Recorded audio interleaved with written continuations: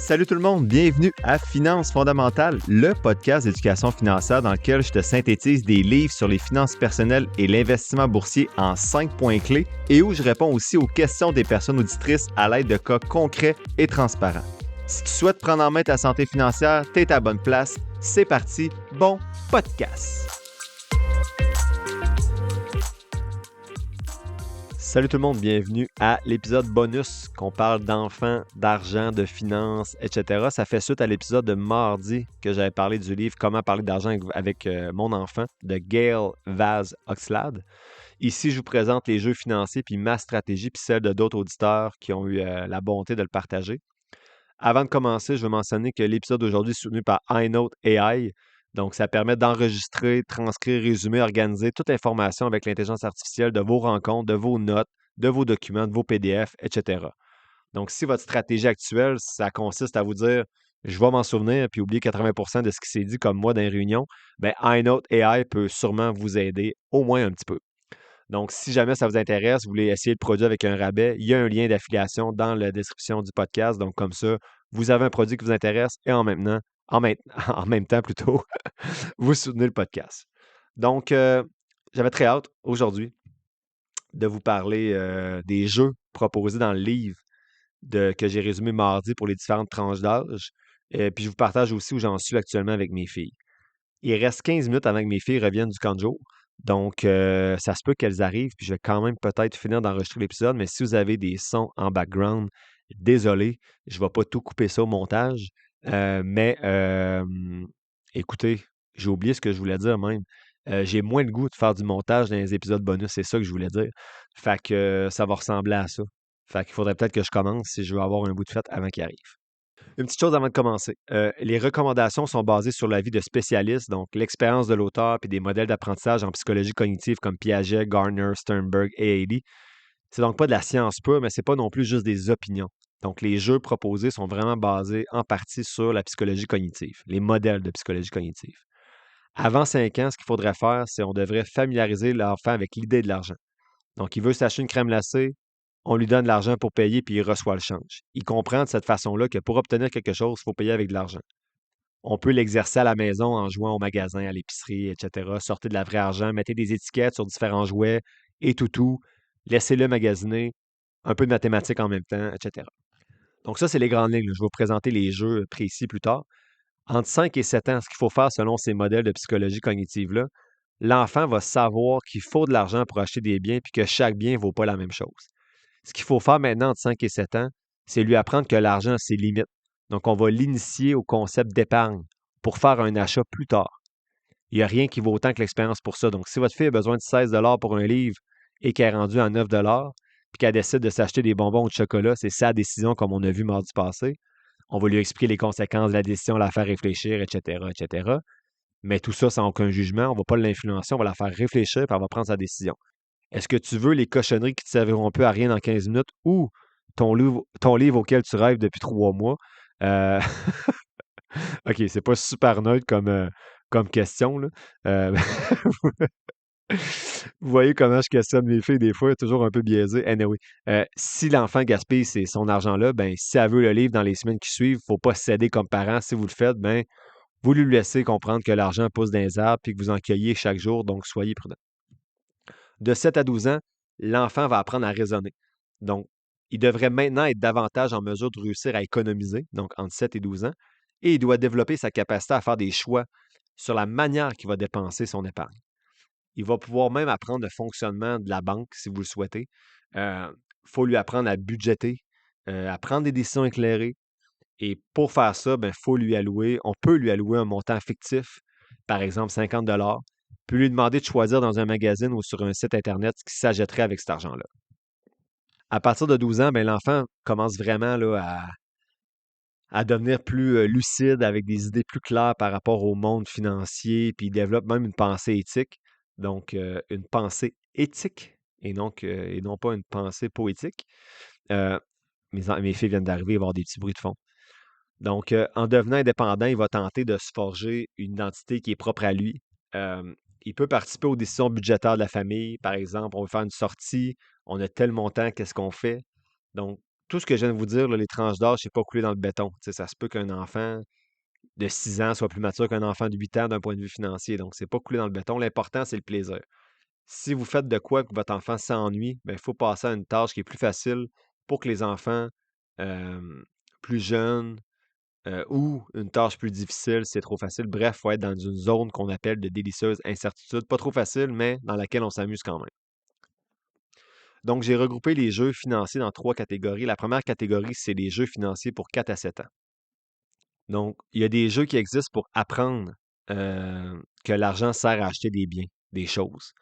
Donc, le seul jeu proposé par l'auteur, c'est de jouer au magasin à la maison. Donc, tu mets des étiquettes de prix sur plein de choses, des jouets, des objets, puis tu joues avec de la vraie argent, puis l'enfant doit magasiner pour le plaisir là-dedans. Lorsqu'on veut leur apprendre à compter l'argent, il y a 3 jeux qui est proposé. Le premier, c'est juste d'apprendre à compter l'argent avec de la vraie monnaie, donc échange avec un caissier, par exemple. Tu joues le rôle du caissier. Le deuxième jeu, c'est mettre plein de pièces de monnaie puis de billets sur la table, puis on demande à l'enfant de pointer, par exemple, les 25 cents, les 10 cents, les 5 cents.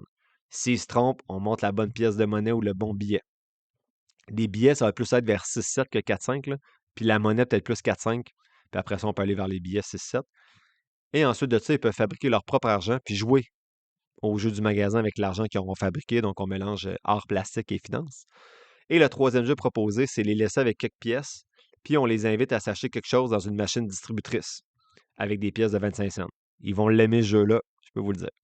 Donc, ça amène à compter l'argent nécessaire, compter l'argent que ça prend pour acheter, exemple, une barre de chocolat dans une machine distributrice. Troisième intention à 4-7 ans, ça peut être qu'ils apprennent à se fixer des objectifs. Donc, j'ai lu que c'était plus facile avec un visuel à cet âge-là. Donc, on peut demander à l'enfant de nommer un objet ou quelque chose qu'il veut et pour lequel il va mettre de l'argent de côté.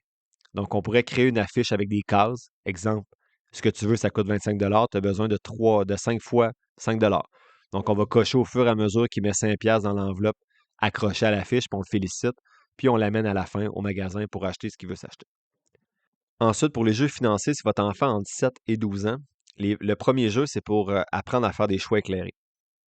Donc, l'auteur dit qu'on peut lui allouer un montant fictif, exemple 150 puis lui demander de choisir dans un magasin ou sur un site Internet ce qui s'achèterait avec cet argent-là. À 8 ans, 150 c'est correct. Ça va peut-être être 500 à 12 ans, peu importe. Donc, ça prend un montant assez gros selon l'auteur pour avoir des décisions à prendre. On peut aussi acheter des questions après pour faire réfléchir. Donc, c'est parmi les articles sur ta liste, qu'est-ce qui est plus important? As-tu vraiment besoin de cet article-là? Est-ce que tu vas être tanné dans quelques jours, etc., etc. Ils disent qu'après ce jeu-là, il faut conserver la liste, ça va vous servir dans d'autres jeux. Deuxième intention, c'est d'apprendre à rendre la bonne monnaie. Donc, le jeu, c'est tout simplement de faire des échanges d'argent pour pratiquer l'enfant. Exemple, le son coûte 2 tu me donnes 5 je t'en redonne 2 Est-ce que c'est correct? Voir s'il s'en rend compte. Pour parler d'inflation, il dit de comparer le prix de différents produits à l'époque de leur grand-mère, par exemple, quand elle avait leur âge, de leur mère, puis de lui maintenant. Ça peut être assez drôle, sans famille, tu prends différents produits puis tu regardes à 3 époques différentes pour comprendre l'inflation. Pour les faire réfléchir à savoir quels besoins ils comblent, le jeu qu'ils propose, c'est dans ces âges-là, 7 à 12 ans, lorsque vous jugez qu'un achat est superflu, pour conseiller l'enfant ou tenter de lui faire réaliser quel type de besoin il tente de combler et le faire réfléchir, est-ce que c'est un besoin ou c'est plutôt une envie, une préoccupation ou un désir. Bien sûr, dans une discussion ouverte, là, pas avec du jugement à travers tout ça. Pour trouver des façons de faire de l'argent, ben, il parle d'avoir une grande feuille avec un marqueur, là, de sortir des idées dans 3 catégories. Donc, la première catégorie, ça pourrait être fabrication. Donc, est-ce que tu préfères des biscuits, des vêtements, des bijoux, de la limonade? L'autre catégorie, ça pourrait être vente. Donc, tu pourrais-tu vendre des jouets usagés, vendre de la limonade, vendre des bijoux? C'est un peu lié à la fabrication. Ben, pas vrai, il pourrait prendre des bijoux qu'il y a déjà, en fait, là. Et service, donc tu pourrais-tu tondre des pelouses, déneiger, laver des poubelles, promener les chiens, faire du ménage, du jardinage, etc. Donc, l'auteur dit que c'est impressionnant de voir comment les enfants sont ingénieux quand ils veulent faire de l'argent. Donc, elle disait dans le livre, il y avait l'exemple là, d'un petit gars qui avait mis une pancarte devant la maison qui donnait de l'information sur n'importe quel dinosaure pour 1 Donc, puis ça avait bien marché. Donc, tout ça va apprendre l'enfant à découvrir ses compétences, ce qu'il aime, etc. Donc, on peut jouer à la banque aussi. Souvent, ils sont trop jeunes pour avoir un compte en banque. Donc, on peut instaurer un système bancaire complet à la maison avec des bordereaux de dépôt, des retraits, des chèques, des registres de chèques, etc. On peut faire semblant. Donc, je me questionnais rendu là, comment qu'on peut combiner ça avec les 3 pots? Je pense que c'est un ou l'autre, ou le pot peut être utilisé pour une banque avec des petits intérêts. Bref, moi, comme je l'ai dit, là, mardi, je suis juste rendu avec un fichier Excel, une petite banque en ligne là, avec mes filles. Je vous explique ça tantôt. Bon, il y a plusieurs choses pour vaincre les publicités, là. On faudrait écouter avec les enfants de 7 à 12 ans différents types de publicités. Ça peut être pendant que vous écoutez la télé, tout simplement, là. Puis demander à votre enfant de classer les publicités selon différentes catégories. Est-ce que c'est une publicité pour susciter l'envie? Donc, des gens qui s'amusent dans quelque chose, qui sont contents de faire quelque chose. Donc, ça, c'est conçu pour dire aux consommateurs qu'en achetant ce produit-là, vous allez vous amuser. Est-ce que c'est une publicité avec des vedettes? Donc, une publicité qui reflète le confort. Une publicité factuelle, donc 4 médecins sur 5 le recommandent, par exemple.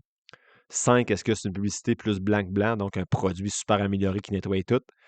6, une publicité avec marque de commerce, employé, donc Kleenex, Coke, Skidoo, etc. C'est une publicité facile à retenir, une offre mirobolante, une infopub, etc., etc. Le jeu, c'est de trouver au moins, exemple, dans votre grille, 4-5 publicités de chaque catégorie. Puis après ça, vous lui demandez des genres de questions comme est-ce que le produit il est meilleur parce que c'est quelqu'un de connu qui l'annonce?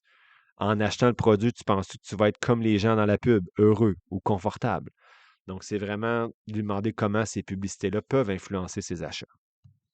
Pour faire des achats éclairés, ils disent qu'à partir de la liste qu'on a faite lors du premier jeu, là, avec 250 pour acheter n'importe quoi dans un magazine, par exemple, ou on peut faire une nouvelle liste, là, on va demander à l'enfant de choisir 3 articles les plus importants sur sa liste pour lui.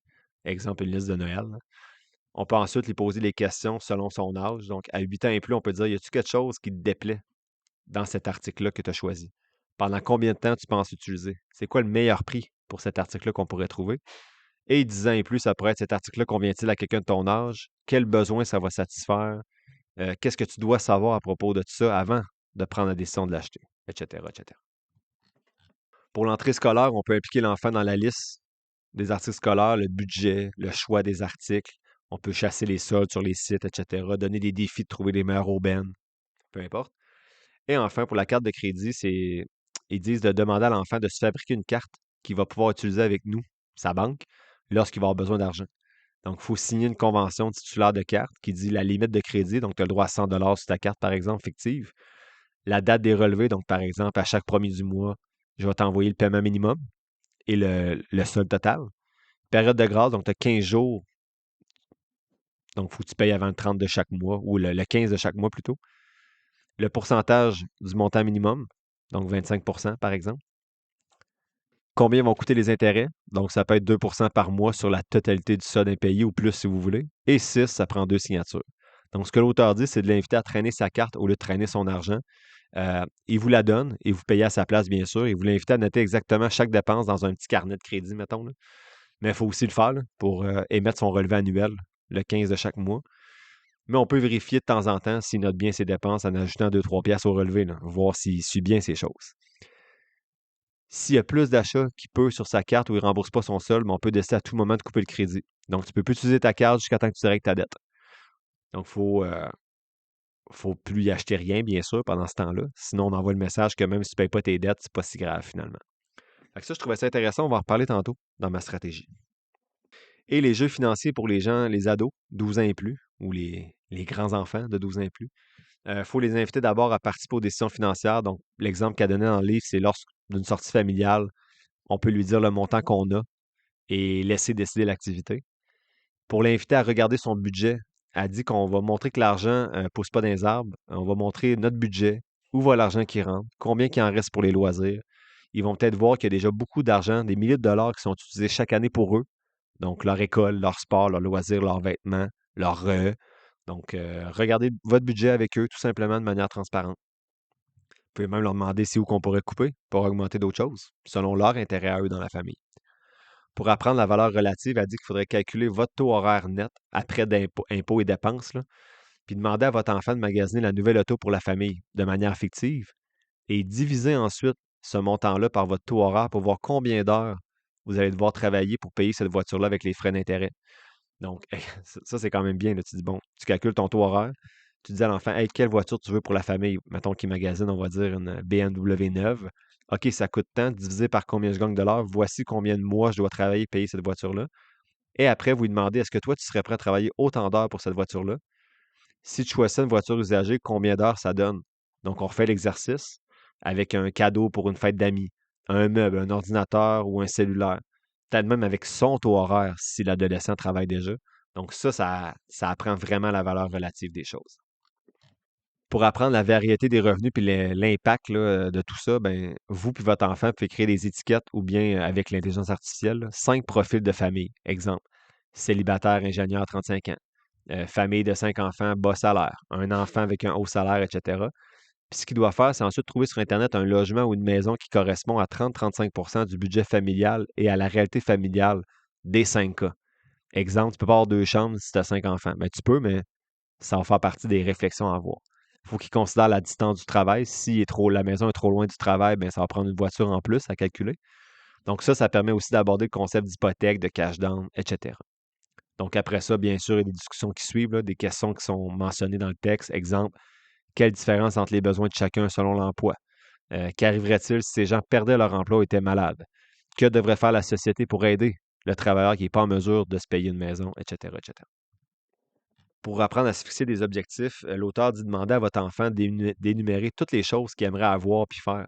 Écrivez les réponses sur une grande feuille, précisez les choses pour lesquelles il est prêt à travailler et faites-lui remarquer qu'on n'atteint pas un objectif du jour au lendemain. Il faut mettre du temps et des efforts. Donc, on va choisir un objectif dans cette liste-là, puis on va demander à l'enfant s'il y a des idées quant à la façon de l'atteindre. Ces idées-là vont être transformées ensuite en étapes. Donc, on va le féliciter et l'encourager ensuite à suivre ces étapes-là, puis à trouver d'autres types d'objectifs. Donc, ça peut être des expériences, des loisirs, du matériel, etc. Pour apprendre les taux d'intérêt, il dit demander à votre enfant de trouver un produit qui coûte cher, mais qui aimerait que la famille achète, par exemple un bateau. Il faudrait calculer ensuite cet emprunt-là avec différents taux et différentes durées pour lui montrer les montants supplémentaires qu'on devrait payer au-delà du prix initial du bateau si on s'achète ce type de produit-là. Pour apprendre le prêt, il dit qu'à partir de 12-13 ans, on peut, en plus de la petite carte de crédit de tantôt, proposer des prêts plus élevés à nos enfants pour des plus gros achats, avec un taux plus bas, bien sûr, que 25. Donc, il faut planifier ces prêts-là, qu'ils soient conçus en bonne et due forme avec l'enfant, avec un contrat qui identifie bien les modalités de remboursement. Si l'enfant était mauvais payeur puis souhaite emprunter une nouvelle fois plus tard, ben dites-lui que vous considérez plus fiable à cause de ces retards de paiement et vous demandez que tout soit payé. Donc, d'à côté leur prêt sur son vélo, par exemple. OK, je te refais un prêt, mais si tu ne me rembourses pas selon les modalités, tu n'as plus ton téléphone, tu n'as plus ton vélo, etc. Donc, vous devez alors saisir ce bien-là s'il ne rembourse pas jusqu'à temps que ce soit fait et il ne faut pas flancher. Donc, mieux vaut apprendre à 16 ans en crise avec un sel qu'à 33 ans avec un huissier en faillite. Donc, avant de demander de s'accoter, il appelle ça un attissement, de s'accoter sur quelque chose pour qu'il apprenne, ben, on peut laisser quand même peut-être une deuxième, troisième chance au crédit, à vous de voir. On peut peut-être l'empêcher d'emprunter pendant X mois. Peu importe, là, c'est à vous de voir comment vous les organisez.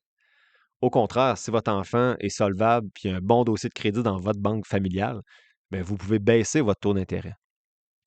Il ne disait pas les taux nécessairement, là, mais on comprend que c'est plus que 5 même si l'enfant est solvable, là. Donc, je dirais peut-être le crédit 25-30 puis le prêt 10-15 peut-être descendre à 10 si ça va bien. À vous de voir.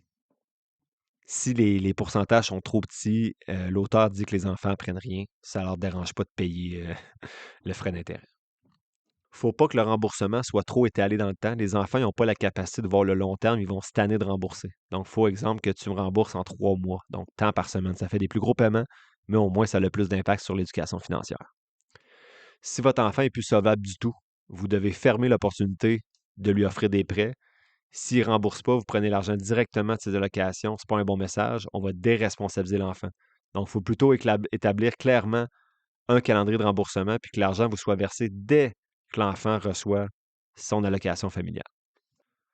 Les dernières phrases n'étaient pas si claires, désolé, j'essaie de parler vite. Ma plus grande attendait pour passer derrière moi comme si enregistré au micro, tu étais filmé. Bref.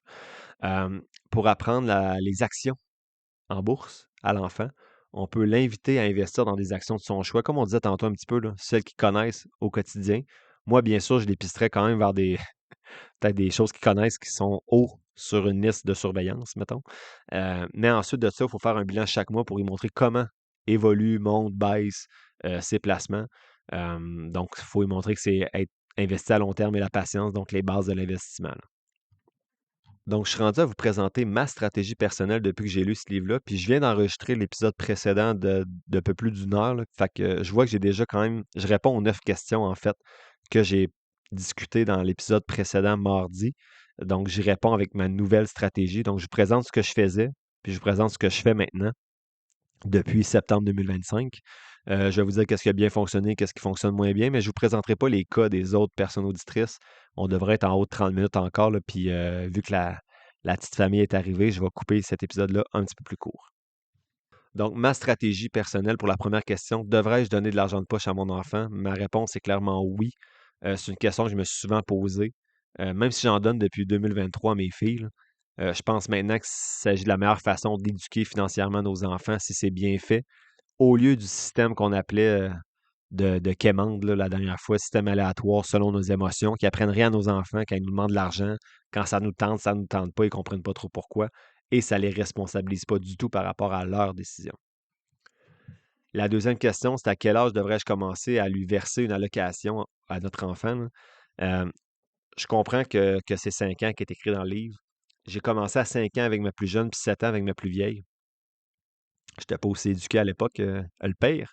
Euh, je voyais bien je vois bien là, qu'à 5 ans, ma plus jeune était vraiment comme l'auteur disait dans le livre là, par rapport à la valeur de l'argent. Elle comprend que l'argent peut acheter quelque chose. Elle comprenait plutôt, elle a plus 5 ans, là, elle comprenait que l'argent pouvait acheter quelque chose, mais à part mettre l'argent dans les deux pots qu'elle avait à l'époque, épargne et dépenses, ça allait pas bien plus loin que ça, mais c'était bien correct. Ma plus vieille, au moment de lire le livre, elle avait 9 ans et c'est incroyable ce que le fait d'avoir de l'argent peut apporter, des choix, la valeur relative, elle le voit à mort, là. Elle avait deux passions l'année passée, des figurines Pokémon Pop, genre, à 15-20$, puis des livres. Elle voulait vraiment le troisième livre du journal de Marie-Lou. Puis en plus, moi, je paye la moitié des livres, là. Donc, elle avait besoin de 10$ seulement à peu près pour ce livre-là. Mais elle voulait une figurine aussi à 20$. Elle a commencé par 3 figurines avant d'acheter le livre, tout ça dans un an, mettons.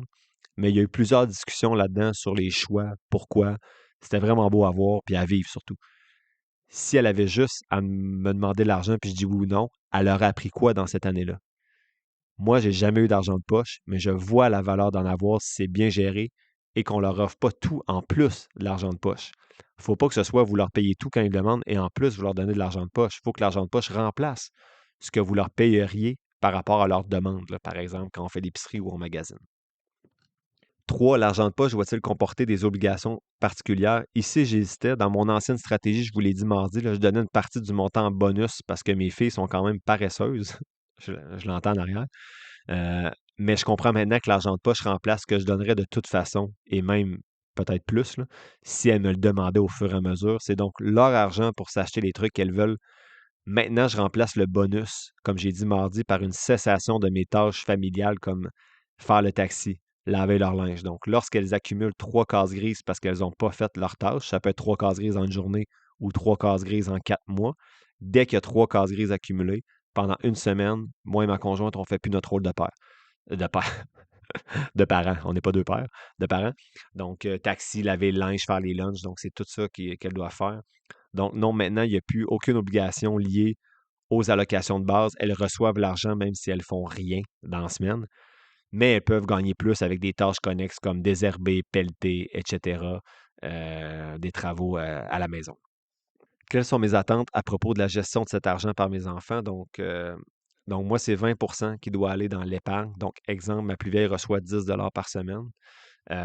C'est 2$ qui vont dans l'épargne, 50 cents qui va dans la charité, puis le reste, ça peut le dépenser. Donc, 75%, elle peut le dépenser. Avant, j'étais à 50% d'épargne automatique parce que jusqu'à cet âge-là, c'est idéal pour épargner, mais je forçais le tout. Donc, 20% de base, mais à la fin de l'année, ce qui était prévu, c'est que tout ce qui aurait été placé en supplément du 20%, je l'accotais, là. Donc, si elle réussissait dans l'année à épargner 400% de plus que son 20%, je donnais 400$ de plus. Mais je trouvais qu'on encourageait peut-être au contraire l'anxiété financière de dépenser. Donc maintenant, c'est juste 20% qui est investi, 5% en charité qu'on choisit une cause à la fin de l'année, tout le monde ensemble, et 75% qui leur appartiennent à dépenser comme elles veulent. Comme j'ai dit tantôt, la gestion de l'argent, moi, j'ai accepté de toujours payer 50% des livres. Je trouve que c'est super important la lecture, vous comprendrez. Donc, chaque fois qu'elles achètent des livres, je paye la moitié. C'est une entente qu'on a eue quand on a fait ce plan-là. Pour le montant, honnêtement, j'ai commencé tout simplement avec le niveau scolaire qu'elles sont, avec, avec leur âge plutôt. Donc, ma fille a 10 ans, elle reçoit 10 $. Ma plus jeune a 7, elle reçoit 7 $. Donc, je vais être ouvert avec le temps si je vois que c'est pas assez, là. À date, c'est bien, là. Mais j'ai hâte de voir ce que vous donnez comme montant, là. Avant, je donnais 6 $ par semaine à ma plus vieille.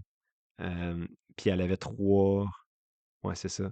C'est pas assez pour apprendre à gérer de l'argent, là. Tu sais, quand tu as 3 $ qui part à l'épargne, puis tu as 3 $ qui te restent, là, c'est long à accumuler quelque chose.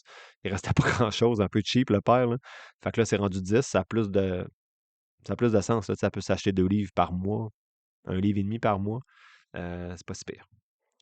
À quelle fréquence dois-je donner de l'argent? Je vais vous avouer que si c'était à chaque semaine. J'avais prévu le faire à chaque semaine avec cette stratégie-là. Mais honnêtement, c'est pas réaliste en tout cas, on s'assoyait pas à chaque dimanche là, pour regarder ça puis de distribuer les sous. Fait que maintenant, c'est une fois par mois. C'est beaucoup plus réaliste pour moi là, puis mon cerveau familial. À quoi sert l'argent? Ben, elles font ce qu'elles veulent. Quand c'est dans le pot dépenses, elles dépensent cet argent-là comme elles veulent. Quand c'est dans le pot épargne, je l'investis dans leur à travers leur FNB. Pour l'instant, c'est moi qui gère l'investissement. Et le 5 ben moi, avec la moitié des profits du podcast, on s'assoit en fin d'année avec les filles, puis je leur laisse choisir un organisme chaque, puis moi, j'en ai aussi de mon côté là, pour les enfants, la nourriture et tout ça. 8, c'était suis-je prêt à consentir des avances, des prêts, des dollars supplémentaires? Si oui, blablabla. Oui, ça, je vais vous avouer, là, ma plus vieille a fabriqué une carte de crédit. Le taux d'intérêt pour des prêts là, est à 5%, ça n'a pas été fait encore. Euh, non, excuse, à partir de 12 ans, il va y avoir des prêts à 2% par mois. La carte de crédit, là, j'ai mis un taux d'intérêt de 5% par mois. Là. Ça fait quand même, c'est pas annualisé, là, c'est par mois. Là. Fait que ça peut quand même monter vite. Par contre, ça, je vais vous avouer, ça a été laissé de côté. Là. Ma plus vieille, elle a fabriqué sa carte, mais elle la traînait jamais, j'y pensais pas. Fait que ça, honnêtement, je l'ai pas mis en place autant que je voudrais. Elle a 10 ans, fait que peut-être vers 11-12 ans, je vais peut-être relancer là, l'option de carte de crédit en même temps que les prêts parce que je trouve que l'idée est excellente, mais je suis juste à chier pour l'appliquer. Donc, ça risque de revenir quand elle va peut-être avoir des achats un peu plus grands là, qu'un toutou à 20$ ou un livre à 20. Là. Fait que, on va voir plus tard, mais je trouve l'idée est bonne, mais je ne l'ai pas encore appliquée là, comme je devrais le faire. Comment je vais apprendre à mon enfant à gérer son argent? Pour vrai, des discussions ouvertes. Je tente de ne pas juger leur achat. Je suis quand même pas pire depuis un an, depuis que j'ai lu ce livre-là, là. Je tente plus de les faire réfléchir. T'en as-tu vraiment besoin? Est-ce que la dernière fois que tu as acheté quelque chose comme ça, est-ce que tu en as bien profité? Puis après ça, ben, si elle décide de l'acheter, c'est pas de mes affaires, puis je suis pas fâché, je fais pas la morale, rien. Là. Ce que j'avais prévu de faire, ce que je fais, c'est une fois par mois, on s'assoit, puis je leur présente comment ils ont d'argent, comment ils ont fait de rendement et tout. Ce que j'aurais aimé faire, c'est une fois par mois, autour d'un souper, peu importe, faire un jeu financier, genre Monopoly ou un des jeux qui est proposé là, dans l'épisode d'aujourd'hui. Euh, cette rencontre-là serait obligatoire. Ça serait la seule rencontre obligatoire pour avoir accès aux allocations du mois suivant. Rencontre avec la banque papa, on va dire. Là. Donc, ça n'a pas été. En fait, les rencontres ont été faites à la fin de chaque mois. On s'est rencontrés à chaque mois pour présenter les chiffres, mais j'ai pas fait de jeu financier autour de ça. Donc, ça aussi, carte de crédit puis jeu financier, c'est les deux choses que j'ai laissées de côté dans la dernière année. Je vais peut-être tenter de les remettre en place, là, peut-être quand ma plus jeune va être un peu plus vieille, parce que là, il y a quand même un écart entre les deux. Fait que je vais voir ça. Fait que je termine l'épisode en vous présentant ma stratégie actuelle résumée. J'ai dit des parcelles ici et là, là. Mais en gros, il y a un paiement qui est fait chaque mois. Donc, une fois par mois, ma plus vieille reçoit 40 $, ma plus jeune reçoit 28 $. Peu importe si on fait les tâches familiales ou non. Donc, c'est ça. S'ils font pas leurs tâches, comme je vous ai dit, il y a 3 cases grises. S'ils accumulent 3 cases grises parce qu'ils font pas ce qu'ils doivent faire dans la famille, ben nous, on fait pas ce qu'on doit faire pour elles pendant une semaine. Peut-être ajuster ça à votre enfant. Là. Tu sais, moi, mes enfants, c'est pas des enfants avec des troubles particuliers. Là. Si vous avez des enfants plus difficiles ou avec des troubles particuliers, peut-être que c'est trop sévère. Donc, peut-être ajuster la conséquence ou ajuster le nombre de cases nécessaires. C'est pas un one size fits all. Là. Ajustez ça à votre réalité, bien sûr. Le montant, c'est selon l'âge pour l'instant. Quand ils vont être ados, ils vont peut-être négocier plus selon leurs dépenses. On verra rendu là. Pour la répartition, c'est 20% épargne, 5% charité, 75% dans leurs dépenses, directement dans mon fichier Excel que je leur partage une fois par mois. Elles peuvent dépenser dans ce qu'elles veulent. Je fais juste les faire réfléchir en toute neutralité le plus possible. Elles peuvent faire des tâches connexes à l'extérieur de la maison pour avoir plus d'argent. Pour l'instant, c'est pas mal désherbé que j'ai parlé comme opportunité et personne ne l'a pris. Ma plus jeune allait laver la piscine pour 5 je pense, ou 10 l'autre fois. Fait que c'est possible de faire des tâches autour, mais en ce moment, elle ne cherche pas à faire plus d'argent, là. Elle ne me demande pas de faire des tâches pour avoir de l'argent. Elle se contente souvent de l'argent de poche de base. Puis c'est pas mal ça. Mais comme j'ai dit dans l'épisode de mardi, là, ma plus vieille a travaillé cet été avec sa petite entreprise de crème glacée à 10 ans. Puis elle a fait beaucoup plus d'argent qu'elle aurait pu faire en désherbant le terrain, là, donc elle ne me l'a pas demandé cet été. Mais assurément, dans les prochaines années, avoir des projets qui vont nécessiter des sous. Donc peut-être que ça va venir. La carte de crédit, je vous l'ai dit que je trouvais ça intéressant entre 7 et 12 ans de la fabriquer puis de devoir l'avoir en main pour acheter des choses au magasin. Et moi, une fois par mois, ce que j'avais prévu, c'est leur dire voici comment vous devez minimalement. Vous êtes obligé de le payer. Voici comment vous pouvez payer que vous avez sur votre carte. Si vous ne payez pas, voici l'impact en intérêt. Ça, c'est pas fait encore. Donc, la carte a été fabriquée, mais a été perdue probablement depuis. Donc, ça, c'est quelque chose que je vais ramener peut-être dans 2 ans. Peut-être quand ma plus vieille va avoir 9, puis ma plus jeune 9, ma plus vieille 12. On va peut-être être un peu plus autour de. Ça, c'est super important, je trouve, pour leur apprendre comment fonctionne une carte de crédit. Parce que je pense qu'il y en a plein là, qui se pendent avec la corde là, quand ils ont une carte de crédit. Là. Fait que, oui, une corde, c'est une carte, là, bref, peu importe. Euh, la seule exigence pour avoir accès aux allocations en ce moment, c'est de participer aux rencontres financières mensuelles. Mais c'est pas tant c'est pas tant une condition si stricte là, pour l'instant, là, autant que je l'ai nommé tantôt. Là, c'est juste, tu t'assois, on jase un peu, puis c'est fait. Là, il n'y a pas de jeu financier et tout ça. Puis je suis pas sûr de toute façon que je le rendrais obligatoire parce qu'on veut que l'argent de poche soit prévisible et tout ça. Fait que je suis encore nuancé là-dessus. Là. C'est peut-être la seule chose que je suis pas sûr encore que c'est une bonne idée. Et je vais commencer à leur faire des budgets à partir de 12 ans. Donc, on n'est pas encore rendu là. Donc, je pense que ça fait le tour de ma stratégie actuellement. Là. On dirait que j'ai tiré dans plusieurs directions en même temps. J'espère que c'était clair. Puis que peut-être ça vous inspire de ce que vous pouvez faire. Donc, j'ai abandonné le 50% d'épargne. J'abandonne aussi l'argent pour les tâches. C'est vraiment rendu, tu reçois de l'argent à chaque mois. Tu peux la budgéter ta gère comme tu veux. Tu peux faire plus de tâches, tu vas avoir de l'argent. Puis après ça, ben, c'est ça. Je suis pas dans tes pattes, tu dépenses comme tu veux. J'avais l'idée avant aussi de frais fixes, là. Tu sais, mettons, on va dire que je voulais donner 10, ben je donnais 15, mais je demandais 5 pour les frais fixes, épicerie, maison et tout, juste pour qu'elles se rendent compte qu'il y a des choses qu'on doit payer à chaque mois. C'était un peu trop tôt pour ça, là. C'était pas clair dans leur tête. Je le faisais peut-être pas bien non plus. Je vais peut-être le ramener plus tard, là, quand ils vont commencer à travailler. Puis c'est de l'argent que je vais peut-être collecter, mais leur redonner plus tard. Peu importe, je vais voir comment je fais ça, là. Euh, c'est ça. Donc, j'espère qu'il y a certaines idées qui vous aident à construire votre propre stratégie. Moi, honnêtement, j'ai trouvé un bon filon, là. Tu sais, ça fait 1 an que je l'expérimente, puis à part la carte de crédit puis les jeux financiers que je n'ai pas appliqués à 100%, tout le reste fonctionne super bien. J'ai eu des belles discussions, justement, quand ils devaient gérer leur argent pour acheter des choses. Et la dernière chose, c'est que j'ai hâte à 12 ans. Tu sais, dans 2 ans, là, je vais mettre en place les prêts et les cartes de crédit plus sérieusement. Peut-être pas les jeux financiers, je vais voir. J'ai fait un petit, tu sais, genre, ils entendent assez de podcasts financiers, mes filles. Là. Je pense qu'ils en ont assez. Là. Mais c'est ça. Fait que, il reste des petites choses à ajouter, mais il n'y a rien qui n'a pas bien fonctionné. J'ai juste pas mis tout en place correctement. Mais tout le reste, là, ça fonctionne super bien. Fait que si vous avez des questions, n'hésitez pas. Puis au plaisir de se revoir dans le prochain épisode mardi prochain. L'épisode tire à sa fin, j'espère que tu l'as apprécié. Si c'est le cas, je t'invite à le partager et à t'abonner au podcast, en plus de mettre quelques étoiles ou de le liker selon la plateforme sur laquelle tu m'écoutes. Tous les liens pour me soutenir sont quelque part dans la description de l'épisode. N'oublie pas que les informations communiquées dans le podcast sont dans un but strictement éducatif, ce ne sont pas des conseils financiers. Je t'invite à consulter un professionnel pour des conseils spécifiques à ta situation parce que je ne peux pas être tenu responsable de tes décisions financières. Comme je le dis depuis un petit bout, je ne suis pas un expert, prends donc pas ce que je dis pour du cash, fais toujours tes propres recherches. Sur ce, merci d'avoir passé un peu de temps avec moi aujourd'hui et on se voit dans le prochain épisode de Finances fondamentales.